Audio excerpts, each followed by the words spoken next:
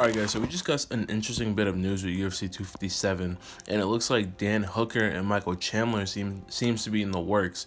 And in my personal opinion, I think this is a monster fight. I think this is gonna be a showstopper. I think this is probably gonna be definitely gonna be like a co-main event. I feel like the UFC, because if you guys remember, Dana was talking about trying to make co-main events 5 rounds too. Because everyone's talking about, in the past, it's only been 3 rounds, so they should just lengthen it so, they can see more fireworks, people get to show their stuff more. And, why wouldn't a co-main event be a 5 rounder, especially when you're going to try to make fights that are basically headliners on themselves. But, Dana obviously can't fit too many cards in a year, so why not just make both of your main events 5 rounders? It makes sense. Everybody will likes it. It's a win-win situation. Been saying for the longest. But anyway, Chandler versus Hooker, it looks like it's going to be the co-main event for UFC 257. It's probably going to be the first experiment at a 5-rounder co-main event, and I like it. I think the UFC fans are going to love it. I think it's going to be a good opportunity for Chandler to show what he can do to the UFC fan base and really get his name out there, which is also going to subsequently help out Bellator too, because if you remember, everybody who knows Chandler keeps the MMA knows that he was a Bellator star boy. So if he goes in and he absolutely were to demolish Hooker, which I don't see happening at all. I'm going to go give you guys a breakdown of how I think the fight's going to go in a little bit.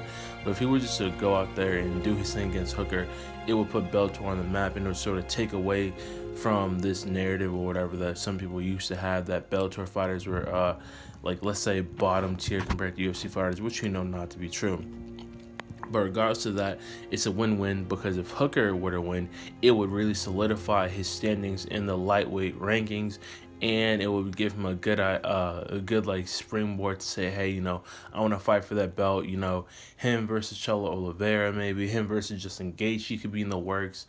How I would set it up, I would do the winner of Poirier versus Poirier McGregor were to fight the winner of Oliveira Gaethje. I mean, not Oliveira Gaethje. Were to fight Oliveira, right? And then the winner of Hooker and Chandler fights Gaethje. And the winner of those fight for the belt. The lightweight division is in low-key a hectic situation because you have so many killers, you have so many contenders, so it's really a good place to be in. But at the same time, it's going to take a little bit of time before we weed out a champion, and at the same time too, it'd probably be for an interim title, because Dana said he's in the meet with Khabib, and Khabib is not officially retired yet. He's still in the USADA testing pool, and he has not vacated his belt yet. Regardless, both of these guys are studs. It's going to be a hell of a fight. And back to the actual fight breakdown, how I see this fight going, it's going to be a good stand-up fight at first, because Chandler, as you guys know, he's a showman. And even before, when he was calling out McGregor, he was calling out Poirier, he was calling out Ferguson, he was like, I want to give these fans a show, I want to put my name out there, I want to gain the respect of the fans, and the best way to do that is obviously stand-up. But we know he's more of a wrestler, and we know he has an amazing grappling background too, and he's a phenomenal all-around fighter.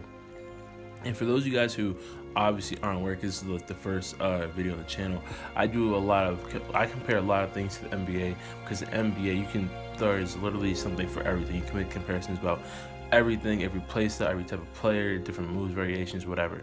So Chandler is sort of like a LeBron, in my opinion, and the fact that he's very well rounded, and he doesn't have really like a cornerstone, but all his tools are sharp enough to the point where you have to worry about everything. You know what I mean? Like, you can't just take your foot off the gas when you do stand up, and you can't really take your foot off the gas, especially when you're on the ground.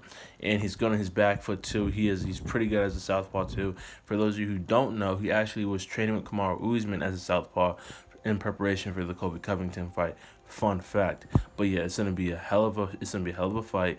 I see it being stand up for like a good 2 to 3 minutes of the first round, and depending on if Dan Hooker, because Dan Hooker is going to be the longer, he's going to be a more technical stand-up fighter, depending on how bad he starts to spark up and light up Chandler, we may see Chandler going for, a double leg or going for a sweep or whatever in the first round. I don't think he's going to do. I think the first round, he's just going to test Hooker's stand-up, and he's going to go the whole way.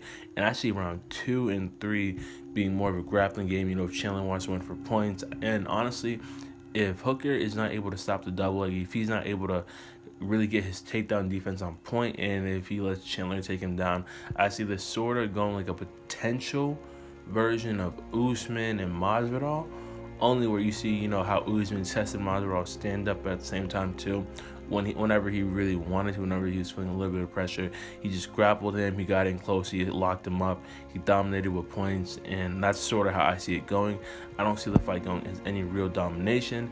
And Dan Hooker, while he's an amazing striker too, he hasn't really had that knockout power. He doesn't really have that rocker power. You know what I mean? He's sort of like a little bit of a better version of a younger Nate Diaz in the fact that he's an absolute dog. He has a killer gas tank too. He does not really get cardio. He has an iron chin. The guy has a granite chin. We've never really seen him get rocked or dropped like that, for real, for real. So I really do think this is going to be an amazing fight. And if it's not done in 2, it will be done in 4 if it's a 5-rounder, if Dana decides to make this fight a 5-rounder. And if it's not a 5-rounder, then the pace is obviously going to be increased. And then I still would like Chandler to be the favorite. I feel like the Vegas odds are going to have Chandler as a favorite. And if I was a betting man, I would bet on Chandler. I'm going to go Chandler, split decision. Again, UFC 257, if this fight does come to fruition. Those are my thoughts. These are my opinions. And let me know in the comments down below what you guys think about it. Who you guys think is who's going to win. How you think it's going to play out. Do you think I'm wrong? Am I missing something? Am I underrating Dan Hooker's ability to, am I underrating his takedown defense or his jiu-jitsu or anything like that? Let me know in the comments. And yeah, catch you on the next one.